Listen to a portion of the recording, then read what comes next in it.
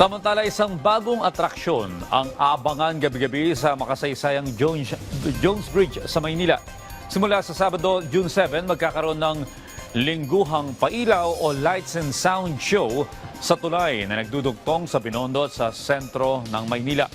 Bahagi ito ng mas malawak na proyekto ng pamahalaan para buhayin muli ang paligid ng Ilog Pasig sa ilalim ng programang Pasig Bigyang Buhay Muli o PBBM.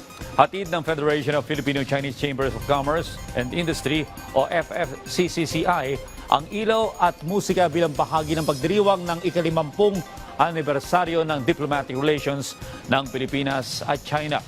Inaasahang dadalo sa event ang mga kinatawan ng DSUD, FFCCCI at mga opisyal ng lungsod ng Maynila, kabilang na sina outgoing Mayor Hanny Lacuna at Mayor-elect Isko Moreno. Matatandaan kamakailan lamang ay pinangunahan ng Pangulong Ferdinand R. Marcos Jr. ang pagbubukas ng Pasig River Esplanade na bahagi pa rin ng PBBM project.